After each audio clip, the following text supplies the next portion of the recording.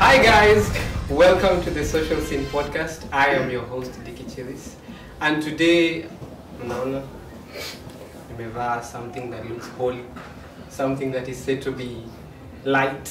Nimevaa white because of the topic that we're going to be talking about, and I'm joking. Today we'll be talking about religion, as per hapo chini mnaona, religion in relation to mental health and decision making. In terms of how does religion affect our mental health? How does religion affect our decision making? How does it, for a better word, let me use influence. How does it influence our mental health, and how does it influence our decision making? Anyways, mimi nataka kuwashukuru sana because huwa mna show up every time we post a video. Every time we post a video, you guys don't lack showing up. You show up so much and we appreciate it. We do this because we love it, and you showing up is a sign that what we're doing is actually valuable. Anyway, without further ado, Nita introduce my panelists. For this time, sina guests, this time we're panelists. On my right is Nitacha waji introduce. Waseme wao ni kina nani? On my right. Hey guys, my name is Hussein Onyiso. From that name and probably from my dress code, you can figure out I'm a Muslim. Yeah, and also happen to be a Luya and a Somali. I'm looking forward to having a very insightful and open conversation. Yeah, let's get to know about each other's religions. Let's get to know about each other's standpoints and whatever. Welcome, guys. Okay. Karibu sana to our show. On my right is a very familiar face. Amekuwa akitoa opinion zake hapa. Kwanza kwa ile shoot naita catch up. Uwezi mkosa. Unafaa turudi huko. Turudi huko.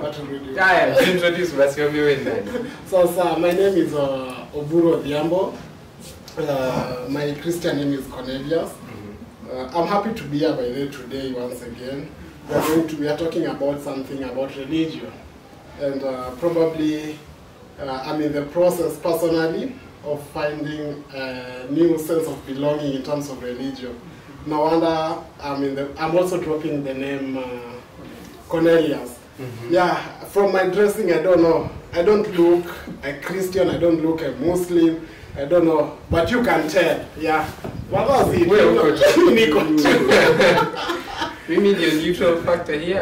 I will be giving opinions, but not just based on Christianity, where I've been raised, where I've been nimekuzwa, nimekuwa practice Christianity, specifically a Catholic. So hata ni Mkatoliki, si ndio? Nimelezwa kikatoliki. Nikakuwa baptized, nikakuwa confirmed. Tumekuwa confirmed.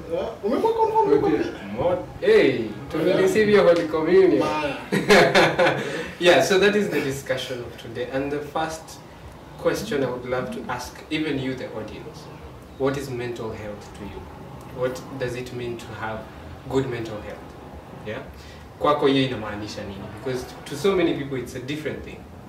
And ninaweza penda pia kusikia nyinyi, what is mental health to you guys? What is it? What do you say huyo mtu ako okay mentally? What do you say as in ndo useme mtu ako mentally okay? What are those things that you look at to say that that person is okay? He's healthy mentally. Yeah.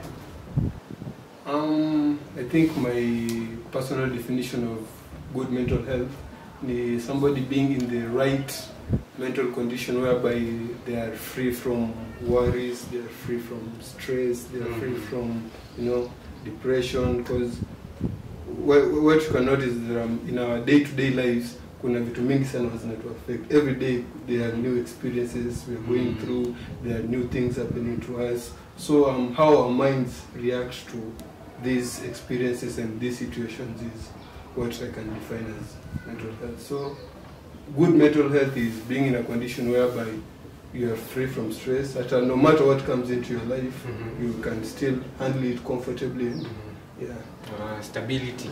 Yeah, being very mentally stable. Okay. Yeah, and I tend to agree with whatever Hussein is saying. I won't repeat what he's saying, but I think I'll use another word just to summarize whatever he's saying. I think mental wellness to me is when you're at a state of mental satisfaction. when you're satisfied, you're always at a state whereby you feel like everything to you is okay, and you're at peace with yourself. So for someone to be at a state where they're experiencing mental wellness, I guess it's that point where mentally they're satisfied, they're at peace with themselves. Yeah, to me that's mental wellness. Because again, you said, how do you know? It's very difficult actually to know.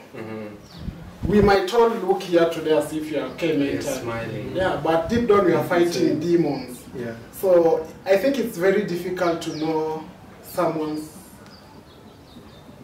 state of mental wellness or just by looking at them. Just by looking by them is more of getting them to, or having them talk about it. That's the only way. That's when you'll be able to know it. But generally, mental wellness is a state of mental satisfaction, and you're at peace with yourself and everything around you. Okay. Yeah. Hapo kwanza kwa demons. Hapo fighting with demons. We're all battling something. They're all fighting some demons, some ghosts. Some ghosts. I was researching, and I saw the World Health Organization in a define mental health as a situation where you are comfortable and you are able to use your mental and your brain and your physical capacity to bring about a value to your community, to bring about a value to the people around you, to yourself, you are productive, in other words. So that is what they defined as mental health. Now I was checking it because as we are talking here, we're talking about religion. Religion, when it comes to people who are not mentally well, or just in general, anyone who has been in a religious home or from a religious background, what religion mainly speaks of is mostly hope and positivity, growth in the community. And they were saying that religion really focuses on the positive, and it helps people to become mentally stable and well and independent, and they can cope with mechanisms because of the togetherness that there is in church, in mosques, in temples, in those areas. What do you think of that? Is that what you have seen, experienced? Is that what you have seen, or is it something different? Okay, let me go first on this. I think, as you said it, religion sells hope to people. Sells hope. They sell hope. Sorry. They sell hope. And as much as they sell hope, on the other side, religion, should I say inflict fear or something like that? And I really feel, for me, that's not the right, because you know, when you sell hope to people, and at the same time you're inflicting fear to them, you are leaving these people in their state, they don't know. You're leaving somewhere where they have to gauge what am I supposed to do, or something of that. But I think that one will come later on in the conversation. You talked about religion, talking about positivity and everything, which is very true. That's what they do in most of the churches from a Christian point of view. But I feel that way religion does very little when it comes to helping someone be able to confront their mental state. Because I really feel if someone is fighting a demon, you just have to fight that demon and you have to approach it. So if today I'm fighting my own demons, and everyone that goes to church, I don't know how it works, but it's say 90% of people who go to church today, they are going to church because they are broken in one way or another. Mostly they are broken mentally. And when they go there broken mentally, as you said, the church only tells them things will be okay. But most of these religious leaders, most of them fear to say those things that they know are really disturbing these people, for the fear of, if you tell this person whatever he or she is going through at that particular moment, you attack the demon in them, they might not come back. You see? I don't know, that's my feeling about religion. As much as they say about spreading positivity. It's okay, spread positivity, but if you claim that you also help people to grow or to be okay mentally, you also need to have the courage to fight the demon in them. Only that way you're going to help this person. Otherwise, this person might leave the church feeling some sense of hope, but when he or she goes outside, the demons will attack again, but he or she doesn't know how to deal with the demons. So at the end of the day, he'll come back to you the following Sunday or Saturday, still mentally disturbed person. So that, apparently the preacher there will be benefiting, but not this guy. Wait, sentiments. Anyway, disclaimer, just before you go. Okay. Disclaimer. What we are saying here, si ati tunajua sana. Yeah, true. No, it's not ati tunajua sana about religion. Tunataka to serious, but kwa ground. We're just airing our opinions, and we are basing it on facts, some facts that we've researched previously. Yeah, so that is my disclaimer. So si ati tunajua sana. So hata wewe si ati tunajua kuliko. You can share hapo chini kwa comment if you have a different opinion or if you have a different say on such issues when it comes to mental health and religion. Kwa Waislamu, sisi wawili hata tuwezi jua hata before we get specific to Waislamu, just as you two have mentioned, just to echo whatever you said, religion, I believe it has some very positive impacts on people's mental health. Religion, as a word, Islam, Christianity, Hinduism, and just believing that higher power, it has some very positive advantages on our mental health, in the fact that it gives you a sense of purpose. Firstly, it gives you a community, so that whenever you are going through something, as in utenda pale church, utenda pale mosque, you will share with your pastor, with your share, or with your fellow congregants, and maybe you can find help. And also, our holy books, they give us means of coping with difficult conditions. As in, they tell you, it gives you hope, just as you said. But on the same note, religion also has some negative effects on mental health, and the fact that sometimes religion has been proven to lead to stress, because somebody feels like maybe they're not enough. Anaona kenye anafanya na kenye imeandikwa pale kwa Bible, anaona yetu ni mtu hela, ama kenye imeandikwa pale kwa Quran, maybe and try their best, but according to maybe ukitumia ile Bible au ile Quran kama marking scheme, anaona such things have unapata zina lead to stress pia. Na pia there are some religions which have some strict doctrines in some matters, iko na very strict standpoints on some issues yenye mtu anaona mimi hapo hivi itakuwa. So in such circumstances pia unapata sa religion in affect mental health ya mtu negatively, because maybe they feel they're not enough, they feel they're not worthy, because most religious people, they measure their worth according to their righteousness. Their righteousness mbele ya Mungu. Sasa akiona kuna vitu zenye zimemenshoniwa pale kwa religious books na yeye mwenyewe ameshindwa kuzifikia, anaona they're not enough, so it can also lead to negative. Okay. I think because I was mimi ndio nitakuwa research hapa sana, but pia wao wako na research za watolea hapa research, mtashtuka sana. As I was researching, I was checking, they were saying religion as a whole gives meaning to life, because people always yearn to look at what is the meaning of life, what is the meaning of me being here.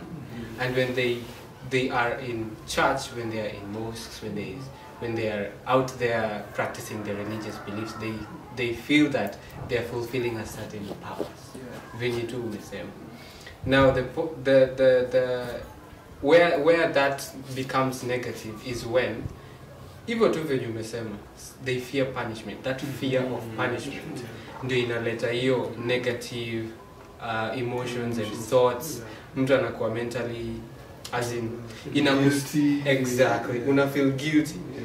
And hapa Kenya, hapa tuna represent to a very it's a big population, but as we are kuna demographic yenye maybe hatuja represent, right?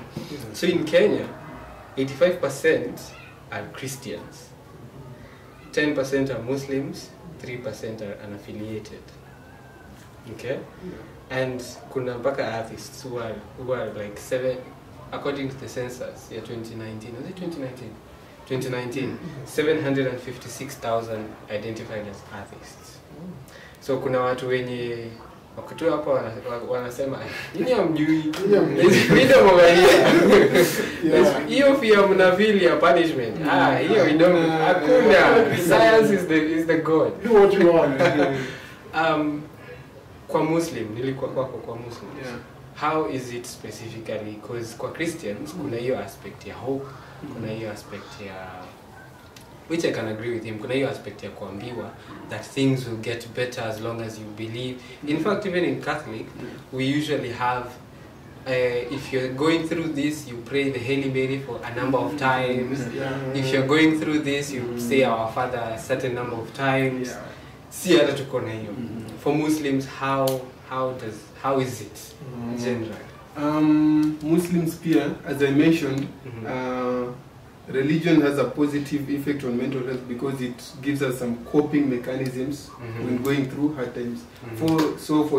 In Islam, kuna some duas. I don't know if you know what duas. Duas are special prayers for special occasions. Maybe we have duas for before you start eating.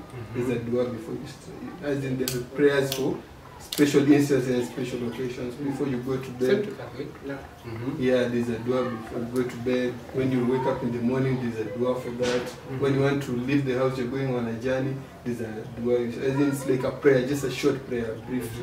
It lasts just a couple of seconds, maybe 2 sentences or 3 sentences long. So we also have duas for when you're going through distress, when you're feeling despair, when you're going through a hard time, maybe if you have a difficult challenge ahead of you, there's this dua, you chant it, then it may be easier. It will not be automatically be easier, but just the fact that you chanted that dua, that prayer, it will give you that confidence to face whatever you're going through. So whenever you're going through any difficult time, whenever you're going through anything, there are duas for every occasion. Then I don't know if you guys know about Salah. Our main prayer in Islam is Salah. We pray 5 times in a day. So we also believe that whenever you're going through a difficult time, whenever you're going through something, make sure you stick to these 5 prayers. You make sure you observe all of them. Then there are also special prayers for whenever you're going through a hard time. You mentioned about the 5 prayers in a day. And I remember there's a friend of mine who, he's a Muslim. He actually went to look for a job somewhere. Then the boss there is a Muslim. And actually this guy was not given that job just because he agreed to the fact that he's always not making those 5 prayers within a day. And so that's strict. And it made me realize how much Muslims are so nini when it comes to religion. And honestly, because for me, if it were me that I'm a Christian, I'm told that you have to make some certain 3 prayers in a day, then I go to that place and I know this person is going to ask me that. I always make them. In fact, if they're the 4th one, I'll be making that 4th lie. That's lie for the sake of That's why I mentioned there's now instances where you feel guilty because we are supposed to be praying 5 prayers in a day. And then on your side, you try your best, you can only manage 3, but sasa mtu anakumake you feel ni kama you're not worthy enough. That will automatically affect your mental health. Also, we have the Quran. The Quran, I don't know if you guys know about this, but the Quran is written in, I would say, in somehow a poetic way. So just listening to it, just reading it, it also calms your mind whenever you're feeling stressed, whenever you're worrying too much. You're also advised just sit down, take a Quran. If you know how to read it yourself. You know it's written in Arabic. Read it yourself. If you don't know how to read it, you can, because now we have recordings. You can find a recording of the whole Quran. Just somebody sat down and read out the whole of it. It's recorded there on YouTube. And Quran's translated to English. It's even translated to even local languages. Kikuyu, Sahi, kuna Hey. Kidwea. Okay. Yeah, okay, it's just that Arabic was the original language. You know, like even I believe the Bible wasn't originally written in English. Yeah. And Yeah, it was not written in English. Yeah. But translation yake was super fast. Yeah, it happened Hey. so fast. Yeah. Super fast. Yeah. But So then umenotice when you unasema, you heard it? yeah, I wanted about the translation aspect. The Quran, whenever you get a translated version, it's just there for your sake to understand it. Yeah, but we believe the Quran you should read it in Arabic. Okay. Yeah. Okay. Whenever you get an English version, a Kiswahili version, that's just for your understanding. But when you are in prayers, you'll have to use the Arabic version of the Quran. Is it because they want you, or okay, what is the main reason as to why they insist on you having to use the Arabic version? Is it because of the message might have been filtered during translation? Yeah, the message. Then our salah and our prayers, most of them, they are designed to use Arabic in their language. Whenever you're praying, whenever you're offering those du'as. Okay. That's interesting. Umenotice ni rahisi kwa Mkristo kukuwa Muislamu. But for Muislamu kukuwa Mkristo, Ni ngumu. hey, Ni ngumu. it is almost It's impossible. almost impossible. But I think it's because of your strictness. Yeah, and the fact that in Islam, they make that religion part of you, as in it's part of you every day. Unaona, tayari unaamka asubuhi na kumbuka in primary school, you wake up in the morning that 5 a.m. you first of all pray. Swali hapo hivyo before to kunywa chai sasa uende shule, unaona. Ikifika saa 7 mkikuja lunch, You pray first. tena jioni ukitoka shule, yeah. So that religion becomes part of you. Every day after you also know about our madrasa. Madrasa where ilikuwa jioni ukitoka shuleni unakuja madrasa pia. So you've grown up in your religion, it's rooted deep inside you. Yeah, it guides your everyday life. Do you think the teachings that the way when you umesema it becomes part of you? Is there a point in your life where you, even you as a Christian, zile teachings umekuwa mkifunzwa, you've grown up now and they seem like these things are not working.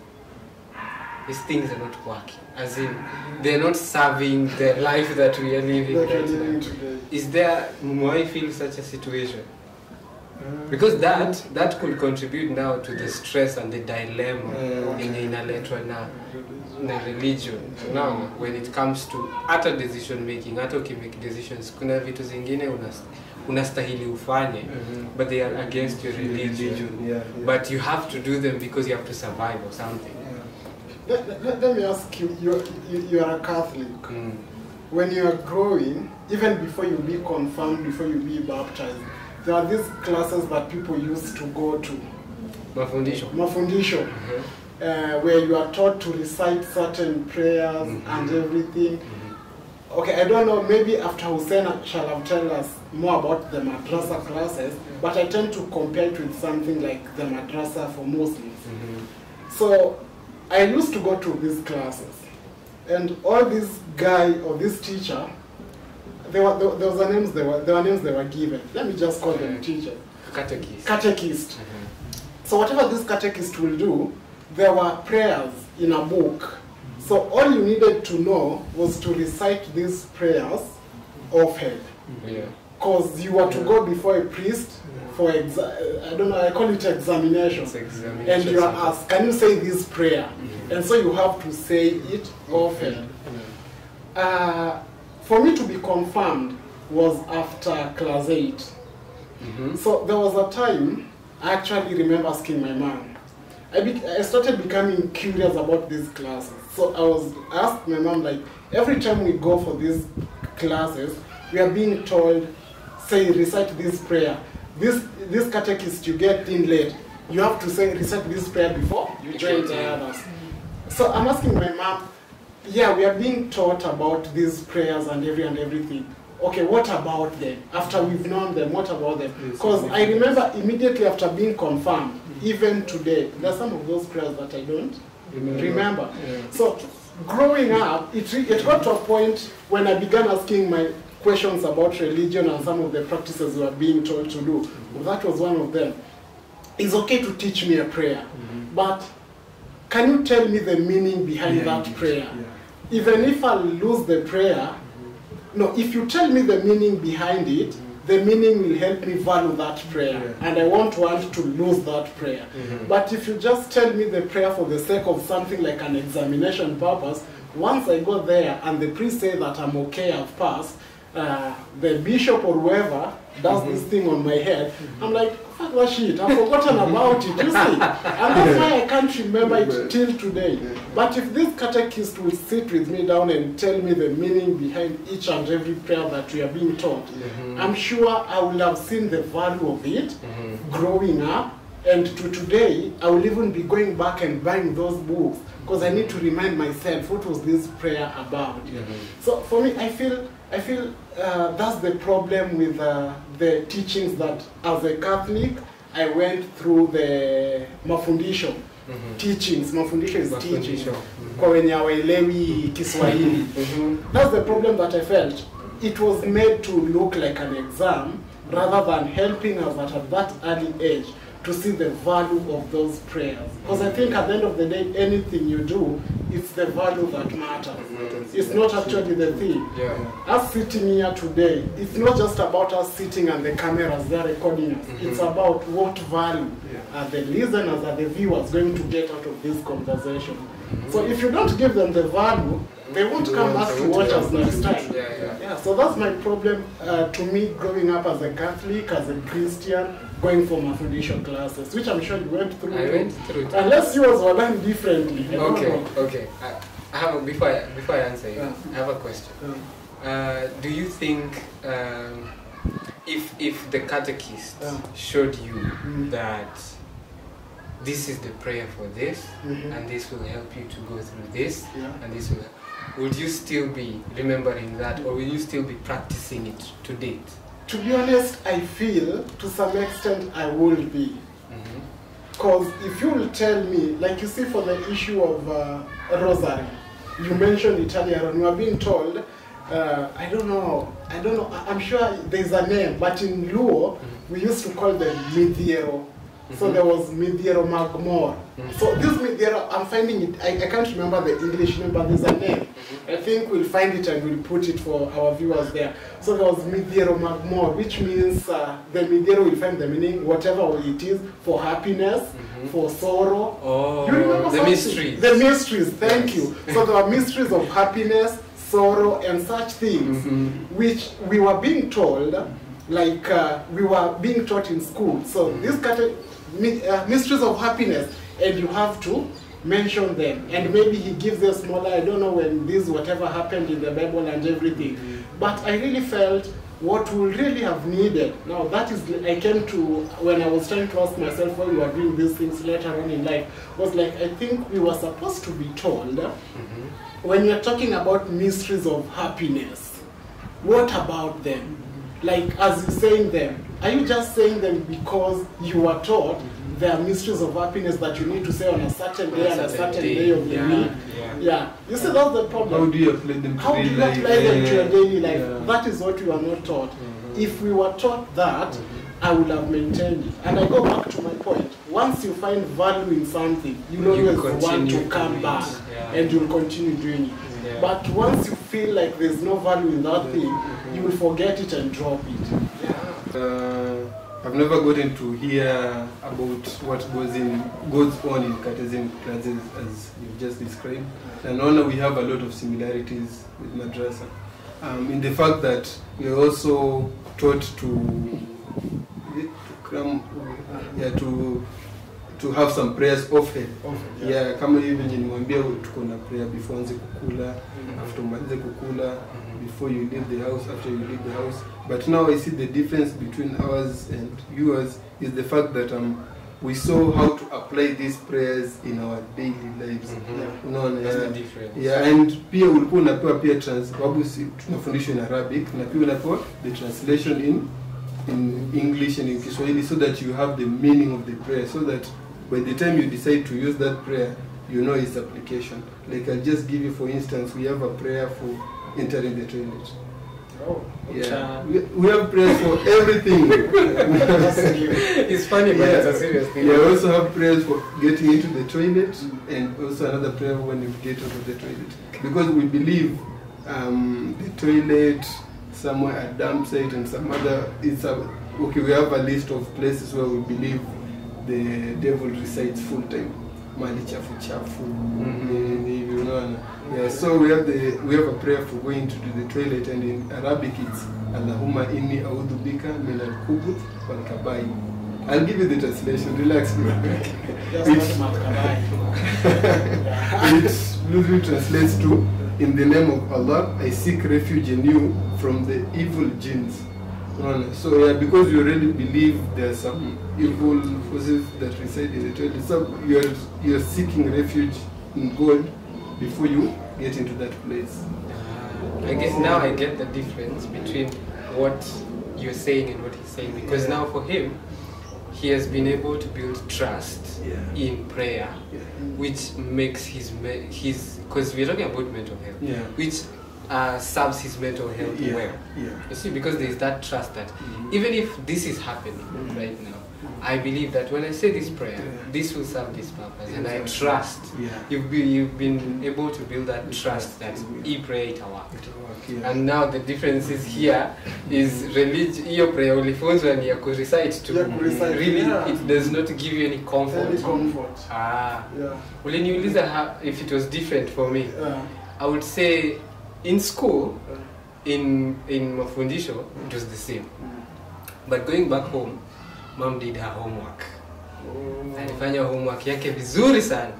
And when you unasema every prayer has its purpose, every prayer has its purpose. When you're going through this, you pray this prayer. When you're going through this, hata when you want to fight vitu ancestral za kitambo zenye maybe zina go through to generations, you pray this prayer. There is an angel you pray to. There is prayer for different. Now the difference is that sijafunzo hii acho. Toilets nayo. We still don't have it. And I've seen the difference now with you is mine I still practice. Although siendagi kanisa, you're bad now. But when it comes to the prayers that are meant for specific purposes, I was taught unaona hiyo joyful mystery yenye unasema hiyo nini sorrow. Yes, I am taught to use it in a certain day. But as much as nimefunza it's a certain day, they're supposed to signify a certain thing. You're going through these cause mysteries, maybe when Jesus was crucified, when Jesus was born. Those are the mysteries. So every mystery has its purpose. So when you're joyful, these are the joyful mysteries. When you're sorrowful, these are the sorrowful mysteries. And always, because the rosary is intertwined between the Holy Family. In Catholic, we call it the Holy Family. Jesus, Mary, and Joseph. So it's the 10 beads that Hail Mary, and then you have glory be to the Father, that is to Jesus, and then you have our Father, that is to God. So they're usually intertwined. So for us, for me, let me say for me, because clearly took on the same background, different background at the same time. For me, I have that trust in the prayers that and it has helped me. Hata kama sometimes mental health iko huko chini, but at least hiyo prayer inanipea hiyo trust that things will be better. Do you ever use prayer for decision making? Like when you want to make a decision at any time, do you ever pray about it? This is true. I know you do. I'm actually trying to think very hard. No, you don't. Using a prayer to make a decision. I think, let me put it this way. I think I've always prayed, more so when I'm in a place that I'm torn between two decisions that I need to make, that I'm not sure whether the decision I'm going to make, is it worth it, or like it's taking risk. And I always remember to pray. I don't remember kneeling down and Our Father. No, I think it's always something that I just do deep within, just something that you tell yourself, like whatever it is, you all leave it unto God, who is the supreme being, hoping that it will be well, and may He help you make the right decision. And you see, I wanted to ask you something about, just before we got here. Do you still have your rosary? Yes. And you use it? Yes. Now you see, that's the difference. You don't have yours. I used to have my rosary till high school. And at least your mom did her homework. My mom tried to do her homework, but I felt like she was no much different from whatever the catechist was doing for me. Because she kept on asking me, where's your rosary? So the only reason I would have the rosary was because anytime my mother didn't see me that rosary, it would be ungekuwa na vita.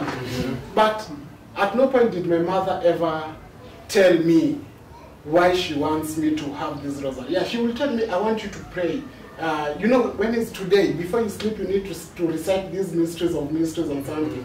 Yeah, maybe like you said, the joyful one, Jesus is born, the angel brings the message to Mary and everything. But I feel like now I'm understanding these things by myself. If I'm to teach my kid today, I will tell them, the angel bringing the good message to Mary. How did Mary receive it? With some form of humility. Now I will help my kid put this message and package it in how things happen in real life today. So I feel that's whatever I wasn't given at that particular time. And it is not my problem, because at that particular time, my mind could not comprehend all these things. But now I'm coming to comprehend them when it's late, that, I don't know, I don't think you're late. Maybe it's just your time, it's just your time. I think maybe it's my time, but you know, you see, I can't remember the last time I had a rosary. Yeah. Okay. The one thing I've come to realize is that that's one thing we have in common. Our parents used to, they were like our teachers at home on religious matters. And it's not like we needed this prayer so much at that time. You were a kid. When stress yako tu mingi ilikuwa maybe kama hujakula lunch. But they were emphasizing that we know these prayers. We know these. Like, you have the rosary, we have the tasbih. They're almost the same, but it's just that we chant different things. And walikuwa wanatuforce hiyo time. Lazima ushike hii prayer, lazima ushike hii dua. Hata sasa sisi kuswali, ilikuwa madhi akirudi jioni, nani aje swali? You are kids, by the way, sasa unaona hata mimi nilikuwa na biashara gani sana, but walikuwa wanataka to inculcate that tradition in us as early as possible, so that when you grow up now, when you've been leading these prayers, at least they're rooted deep inside. And kama walikuwa wanatutayarisha mapema, walijua tuhitaji hizo prayers at that time, but we need them later, and here we are right now. Okay. Mambo ya dunia ni mengi. Mambo ya dunia ni mengi. Right now we have so many forces that are what is it called? Influencing our thought process, our decisions, what we are saying, what we are doing, how we see the world. Nyinyi mnaona aje hii mambo ya dunia, because religion now inakujanga inasema hii mambo ya dunia is wrong. Right? You need to follow this path. But you know very well, hii religion kifollow, there is no light at that end of that tunnel. You can't see that light. Lakini ukifuata hii ya dunia, unaona light. The light is bright. Hata ufunge macho unaona mwangaza inakumulika proper. I think ni venye with worldly affairs, what tunaona results zake ziko immediate. Unaona, with religion tushaambiwa hii utakuja kuvua the fruits in the afterlife. Mostly because people are told do good so that you can go to heaven. Because Odhiambo that there's a stipulated rule that if you do good, you'll succeed automatically. We've seen out here a lot of good people going through very hard times, and we've seen evil people going through some very good life. Yeah, so tumepewa ile hope that you do good right now, we vumilia hata kama maisha yako ni ngumu aje. Huko hivyo mbeleni in the afterlife we have some special place. So unajua si tunajua si ni customers wa Mungu. And what we want it now. Here and you get as in the way a customer would come to your place of business. Anataka a certain product. Anataka that product there and there. Sasa ukimwambia story ya afterlife. Hey, it's not even promised. Which is not even promised. That's the problem. Unaona sasa there is that doubt. Kuna hiyo doubt here. Hey, fanye hivi, nisifanye hivi, nifanye hivi. And that interferes with our mental stability because now it becomes an issue of niko stress, niko uncertain, sijui nifanye nini, sijui niende which side, maybe you don't have the right advisors around you because also hata hiyo pia ina nini. Alafu kuna hii issue ya counselors wale wa religious.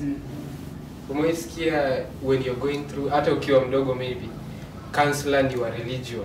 It's not an actual counselor mwenye ameenda shule. Yeah. Sijui kama you have not been trained as a counselor or as a therapist or something, or somebody who ana nini na mentality na the brain. Hiyo I think pia huwa inachangia when it comes to instability of mental health because the advice they will give you is just based on purely religious. And they actually utawapata in schools, especially religious schools. Kama umeenda shule za Catholic, the counselor is Catholic. Hiyo ni point blank. The counselor will be Catholic. Hiyo hata they don't negotiate. So unapata ule counselor unaenda kwake, zile vitu anakuambia ni just things, ni kama amesoma tu somewhere. It's not really something that inakuchallenge una think in another dimension, you know. You experienced that? Umeenda kwa counselor? Kwa counselor maisha umeenda kwa counselor? Nikiwa high school. But I think at this... Were you so stressed that you needed a counselor in high school? Yeah, I was going through some things that and I wanted somebody who doesn't know me at all. I think at this time and age, whenever you're going through something and you want somebody's advice on it, you should first of all examine the circumstance. Minono kuna ma issues za kupelekea religious leaders na kuna issues za kutafuta a professional counselor. Unaona? Yeah, there are some things that ukipelekea pastor tayari atataka go according to the book. Unaona? And maybe the book is not going to work in that particular circumstance. Unaona? Yeah, so I think whenever you're going through something and you want external help on it, yeah, first of all examine that situation. Yeah, then see if it's fit for a professional counselor or for a religious leader.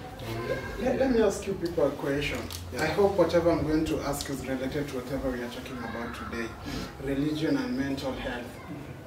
Whatever happened, this issue that I think is not yet sorted, I'm not sure it was to come later in the conversation. If you try, forgive me. The issue about the Pastor Mackenzie and starving people to death with the hope that that's the way to heaven, to see God, to meet God and everything. There are two things here. There's religion, and I tend to think there's something about manipulation. And for me, manipulation goes back to mental health in a very broad way. And now you see, this is why we have, again, when you want to look at this issue, religion, we really have to look at, as you said it when we were beginning, it has some positive and some negative impacts. Because you see, if this person was able to make the people who believed in him to see us, who thinks we are living, okay, not when I say us, I don't mean me. I mean those religious people, some of you here who believe you are religious in quotes. It's not bad, it's good, it's a path you've chosen. Yeah, probably we'll join you or we won't. They see those people as bad people and they consider themselves the religious people in that case.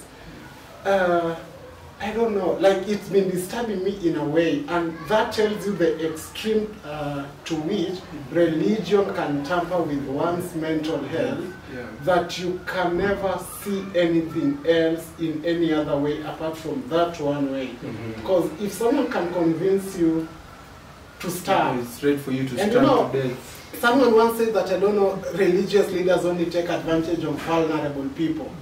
I think in Pastor Mackenzie's issue, we had of people who are well off. People who had good jobs, paying well and doing everything. So I really think it's not a matter about vulnerability. Okay, yeah, maybe vulnerability for something, but not vulnerability to have money, to have to live the life you want. It's that being vulnerable to find. Is it a sense to find of meaning to life, to life, to find sense of purpose, to find that you are in the good books. You are in the good books, you see. And I think that's why religion, as much as it's being glorified, and most people don't want to tackle it and talk about it as it is. It continues to injure a lot of people outside here. I'm sure. Yeah, like I'm sure that a lot of people outside here, also young people who are very disturbed about issues religion. Me being one of them. My mom, we are never in good terms with my mom today because I'm no longer going to church on Sunday as I used to go. Because with her, me not going to church on Sunday, she believes some evil spirit has finally entered me. Let me tell you, there was a time my mom told me that, to be honest, I need to go home, even for a weekend, so she could take me to a religious leader so I could be prayed for. That probably there are those dark powers that are already taking over me. Because every time she tells me you need to go to church, I tell her, okay, why do you need me to go to church? She tells me. Then I tell her, do you see the things happening in connection to religion today? Yes. Why don't you want to see it from my side? The last time I went to church, that made me now lose faith in church. This priest stands in the pulpit and announces after the service that from next Sunday, when you're giving your offering sadaka, it shouldn't be less than 50 shillings. Yeah, we also had a priest like that. In short, he's saying there are no coins. It's coins. Only notes. Just notes. That's the message they're trying to pass. So you tell me someone who has gone through school. Is it going through school or going to school? Going through education going through education system and you have the knowledge and the wisdom. How are you going to convince me that that person hasn't changed church into a business? So if you're changing into a business, if I don't associate myself with their business, why must I? Then I have the option to, as well, I can go buy shirt from Dixon's shop and I say I'm not buying it from Hussein's shop. Now that's the same way they're making a street religion. Because I'm like, yeah, if you've made it a business, I will choose, it's my option, either to be associated with their business or not.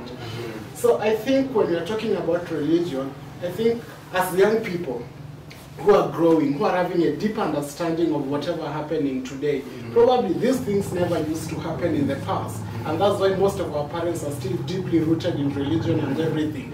Because during that time, probably religion was what it was meant to be. But with us who have grown to see how things shift nowadays, what happens in churches and everything, I think most young people today go to church because their parents want them to go. But most of us don't go to church because... I actually saw that meme plan, we left church but not God. But not God. Is that you? I don't know. Me what I say, most of us today, and I saw it is a meme too, most of us today just survive by the prayers of our parents.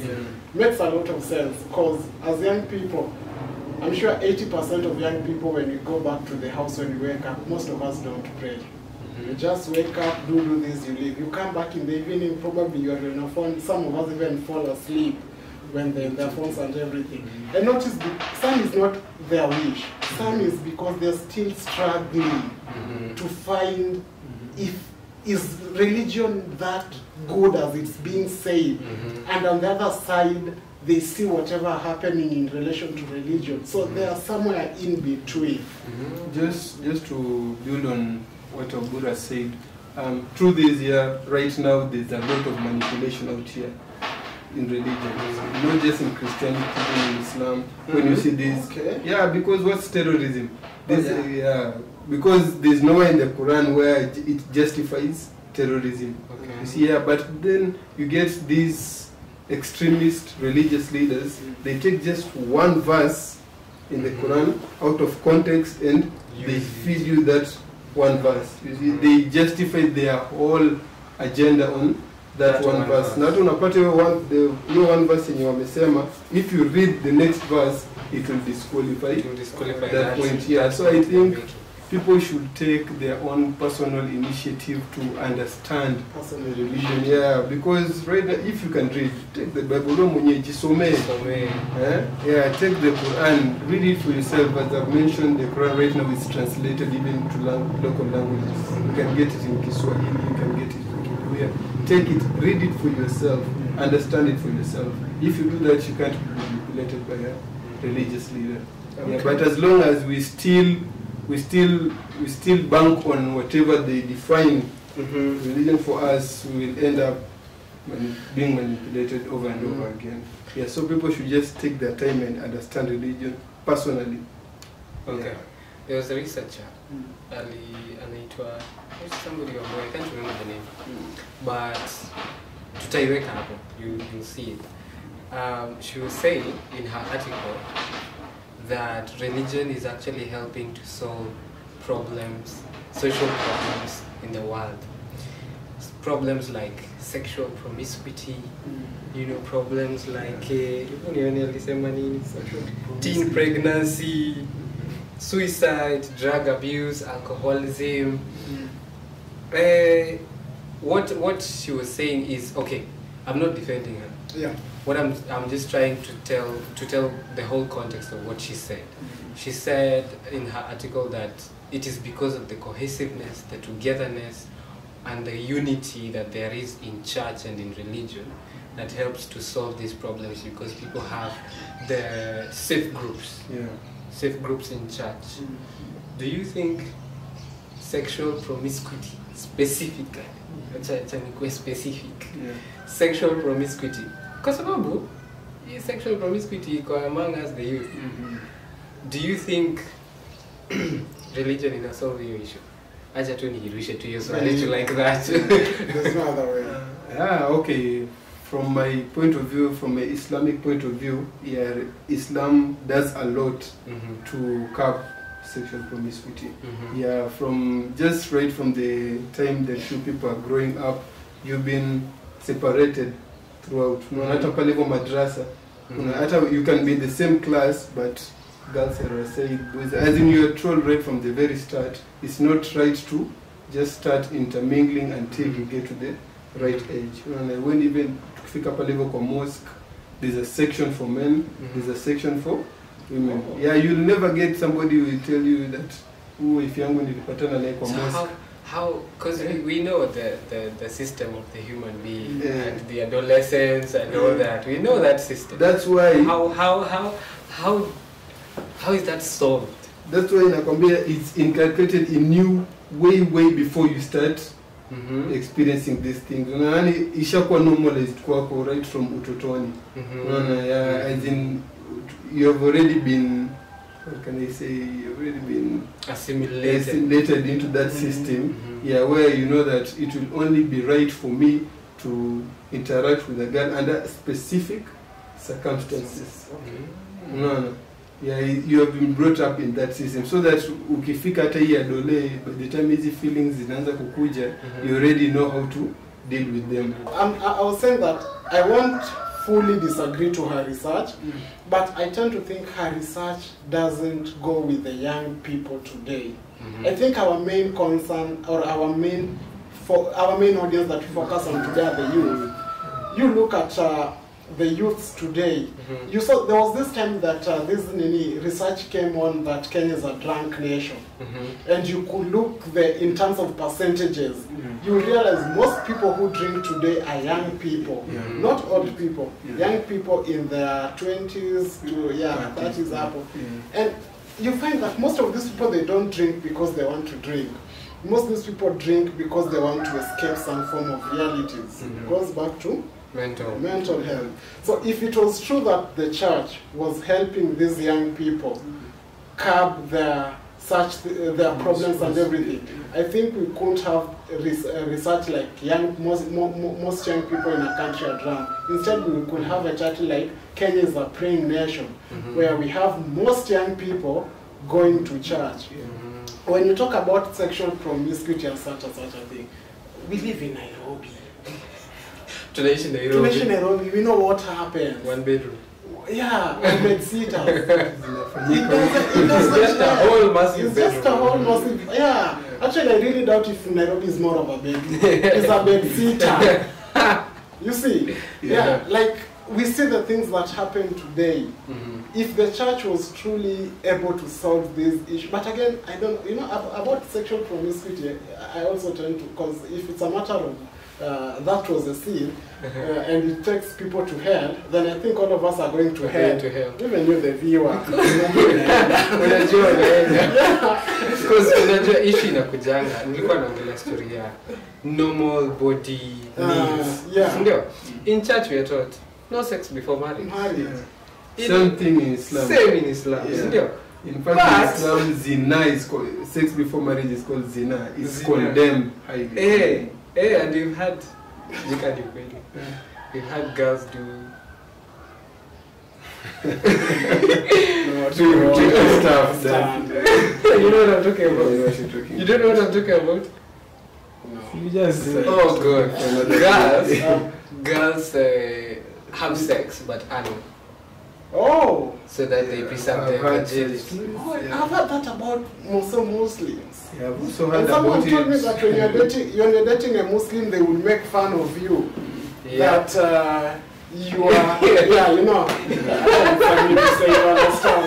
It's ugly to say. I've also had such stories. I have never confirmed any incidences, but I've also heard about. So you can never confirm or deny. So I was saying, we have natural needs, and hizo natural body needs zina conflict na our teachings zenye tumereziwa na. Sasa mtu ako pale nyumbani, ukisikiza sidhani watu wana consider religious beliefs, but when you're younger, when you're around, maybe ndio umetoka high school, hiyo time inakuanga tricky because uko conflicted. Mimi nataka hiki kitu. Lakini hii Biblia itaki nitaki kitu. And you're not ready for marriage. And you're not ready for marriage. So I think to some extent the teachings zimechangia to mental health issues, especially when it comes to making decisions that are you are actually in a dilemma. Inaleta hiyo conflict ya sijui nitasemaje, distress. Unakuwa in distress, unakuwa tu true. Uwezi consult mzazi, especially when it comes to sex. Uwezi consult African family settings. In the African thinking you uwezi consult ati baba yako. The most unaweza consult ni kazini yako. And then na yeye akwambie ati yako akopenye huko tusaidiane ati. You end up doing things without the guidance that you need. Na hiyo ndio inainterfere na mental health. And then another thing I discovered when I was researching, according to researchers and writers, hata ni huyu tu mwenye nimetoka kukota hiyo Wamboi. She said in the African thinking, the body, the soul, the mind is one. Yeah, even in religion. So the religion and African tradition is intertwined like that. They they think the body, the mind, the soul is together. Yeah. So if the mind is not okay, the body is also not okay. Yeah. And the soul is also not okay. And the soul belongs to who? The body. To God. The soul belongs to God. So you're not okay in the mind, in the body, in the soul. So what have you done? You need to look back. Uangalie umekosea wapi? Ulikosea nani? Ulikosea Mungu wapi? You need to repent. Yeah. Let me tell you. You need to repent. Let me tell you something, what you've just said. I have a friend, she's a lady. So this lady has been trying relationships. And they keep on failing after failing. So one day she was talking. Anyway, this is heady. But okay, continue. So one day she was talking to me about it. And now she started going to church. And I had to ask her, because I know her. So I like, hey, squeeze unaenda church sana. What changed? This is not you. Then she was like, no, you know, it gets to a time when now you have to get to know God and everything. I'm like, okay, so you never knew God all the way from school and everything. So let's go to where she is today. She tells me she believes the reason behind her relationships not working is because she's detached from the church. She's been consistent with the church for like a year now. Within this 1 year, I think it's more than a year, because we're in August. Yeah, I think it's more than a year, by the way. Within this period of time, I know her, because she's a personal friend. She's had 2 relationships that have failed again. And I was asking her, so, make me understand. It's just almost 2 years that you went back to religion. And now you've had 2 relationships, they're failing. And not just because, the reason Australia are failing are not different from whatever you are explaining to me before you joined religion. And you see, she tells me all this theory was because who told her? The mom. Because you know, girls are always open with moms. Most about relationships. You might be introduced to your girlfriend's mom without your knowledge. Siku moja unapigiwa unashangaa. Unakuwa haikuwa serious hivyo. So you see, like the mom told her, because during the olden days, our parents, they used to solve all their issues in the church. And so the mom is like, you can't get into something like a relationship because now they're looking at marriage. This is something holy that you can't get into something like this and leave out religion. Otherwise it won't work out. And I don't say whether in or not being a religious person or not being a religious person determines the direction that your relationship takes. But it takes me back to the extent to which religion affects us at a personal level, even to the decisions that we make. Because I'm sure this lady's state of mind at the moment, she's gone back to the church. 2 relationships have failed. She's in her 20s, I think around 25, 20, yeah, if I'm not wrong, 25. You will understand ladies at that age. So you can imagine her current state of mind. Because she was told when she goes to church, everything will work out because religion has been signified as something that gives you hope and positivity and everything. But nothing changes.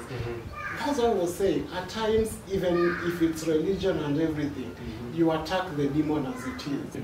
When someone comes to the church, young people, this is whatever we are going through, attack it. Relationship doesn't work because I'm fucking up me as a person. As a religious leader, when I come to you, tell me it is this and this.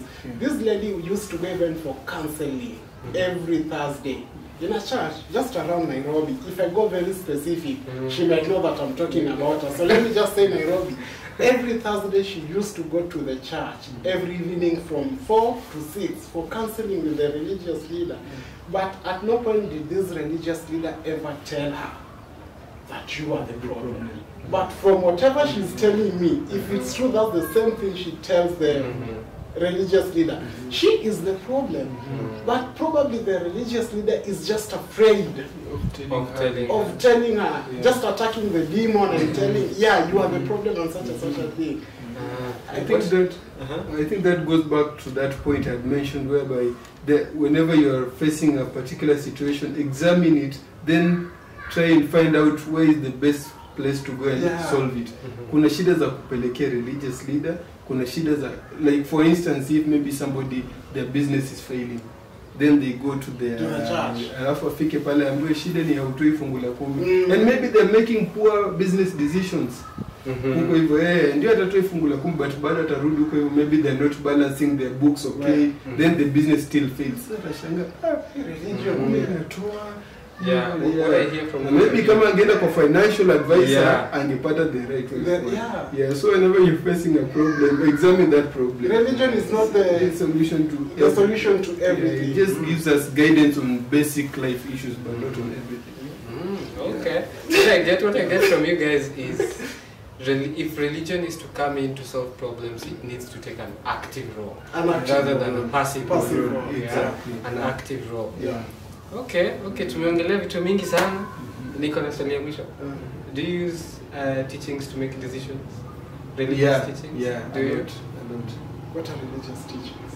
Do you use guidance from what you've been taught in Catholic at any particular moment to make decisions, be it in career, relationships, anything, at any instance, or do you just use logic? I use logic. Logic. Yeah. I think I use a bit of both. Same. Yeah, because there's some issues where religion hasn't given guidance on such. Because like right now, if I decide if I want to start using AI or not, I cannot use my religious background on it. The devil is coming. Yes, I think probably AI is devil. So use a bit of both. Use logic, use religion. If it's a religious matter, if it's a spiritual matter, use religion. But if it's a contemporary issue, so I think he mentioned spirituality. I think when is more of spirituality than religion. Because I think spirituality is more of a personal conviction to what you think is right, and religion is your conviction is based on a superior person somewhere else. So I think for me it's more of spirituality, because you see when it comes to religion, there's God, there's Krishna, Muslims there is Allah who is still God. Who is still God in a way. But when you come to spirituality, when someone says they are spiritual in a way, they don't have this one person that they feel is very. So somebody can be spiritual without being religious. Yeah, you can. Okay. You can. I'm convinced you can. So I think for me, most of the decisions I make are more of spiritual and out of spirituality and logic, but not based on religious teachings. Because if I want to go with the religious teachings, then I have to think about my pastor. I have to think about the priest and such a thing. But as a spiritual person, I don't have to think about the pastor or such and such a thing. Yeah. Before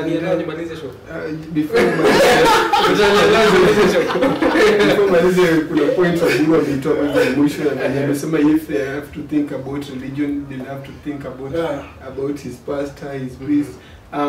One thing I really try to advise people is that in religion, try as much as possible to make your relationship with God ikuwe ni wewe na God. No, usikuwe na agent. Don't have an agent katikati. If you have to repent for your sins, but for us Muslims, we don't believe in going to repent mbele ya priest, mbele ya pastor, you confess, you nilifanya nini. Hapana. Wewe enda kando, swali, toa dua yako, alafu repent to your God. So make your relationship with your God direct. Don't involve any other agent, because the moment you involve another agent hapo hivyo, now you're opening that relationship to manipulation. Unaona, hapo hivyo ndio mtu atakwambia itabidi umefunga wiki mzima. Ile ndio umefanya, itabidi umefunga, na hiyo wiki mzima una starve to death.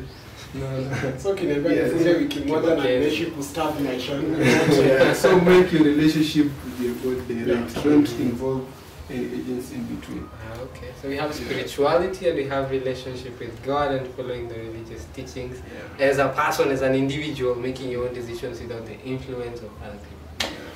Thank you so much, man. We've come to the end of the show. Unfortunately, we are going to talk about less to the spirituality, but not for today. For another day. We'll talk about it another day. Yeah. Tutakuwa tumedeviate from mental health and decision making. So, wameongelea so many things hapa kuhusu decision making in religion, the dilemmas that comes with it, the hardship that comes with practicing religion and being in a contemporary world as a young person. Tuambie hapo chini, what do you think? Have you faced any situations? Kama ni private sana, kuna namba hapo unaweza share tu. We won't really tell people. We'll just understand that kuna valuable feedback in you mnatuambia what is going on, and we'll understand your perspective, because the point of the Social Scene podcast is to understand your perspective, my perspective, and your perspective. So yeah, we'll see you in the next one. Thank you so much for watching. Please don't forget to subscribe. Follow us on our social media platforms: Instagram, Social Scene Podcast; TikTok, Social Scene Podcast; Tweet X, Social Scene Podcast. Now where else? Facebook, Social Scene Podcast. Thank you so much for watching. We'll see you in the next one. I have been your host, Dicky Chillis, and my guests have been Oburu Odhiambo, / our producer, Hussein Ali. He gives us his camera services. Hapo nyuma ya kamera wakati amumuoni hapa, sometimes anakuanga hapo nyuma anasaidiana na Jeff. So thank you so much for watching. We'll see you in the next one. Peace out.